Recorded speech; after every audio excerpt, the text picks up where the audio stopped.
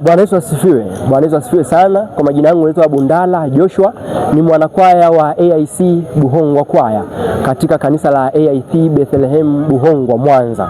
Nimependa kuchukua fursa hii kuwakaribisha waumini wote wa madhehebu mbalimbali na waumini wa kanisa la AIC Tanzania kuhudhuria katika ibada ya siku ya kesho hapa kanisa la AIC Bethlehem Buhongwa, ambapo ni siku maalum sana, siku inayoitwa Buhongwa Day au siku ya Buhongwa, siku ya shukrani kwa kikundi hiki cha kwaya cha Buhongwa. Pia napenda kuwakaribisha nyote muweze kuhudumia, maana kutakuwa na ukombozi wa nafsi, utakuwa na ukombozi wa kiuchumi na wa afya kwa wote watakaoweza kuhudhuria. Napenda kuwakaribisha sana. Njoo wewe na miguu yako, njoo na rafiki yako, njoo na mpenda wako yoyote mwenye changamoto yote ya kiafya, ya kimwili, ya kiakili, anayehitaji ushauri. Mchungaji Kasheto yuko hapa, ataweza kumsaidia na kumfungua. Pia AIC Buhongwa kwaya tuna nyimbo nyingi zenye ubarikio mzuri sana. Kuna albamu mpya ambayo tunaenda kuizindua hivi juzi, inaitwa Mungu ni Mwaminifu. Itakubariki wewe, ukichukua flash yako moja itaweza kukubariki wewe kutokana na nyimbo kadha wa kadha zilizopo katika flash hiyo. Kwa hiyo napenda kukaribisha wewe uweze kujiongea hapa. Ibada inaanza saa 1 kamili asubuhi, uweze kuhudhuria. Amina sana. Bwana Yesu asifiwe, mtu wa Mungu.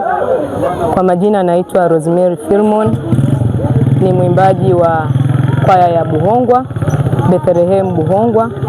Naomba nikualike katika ibada ya kesho tarehe 17 ya mwezi wa 5 2026, ibada itakayoanza majira ya saa 1:30 asubuhi na kuhitimishwa saa 5:30 asubuhi.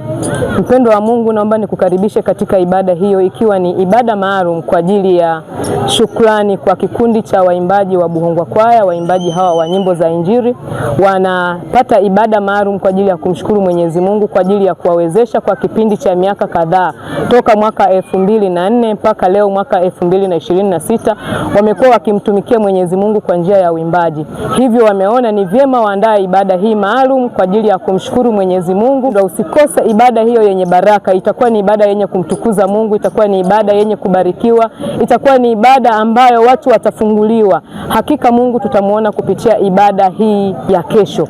Nikualike mpendwa wangu, usikose ibada hii, usipange kukosa. Karibu sana na Mungu wa mbinguni akubariki unapoendelea kujiandaa kwa ajili ya ibada hiyo. Shalom. Mungu akubariki.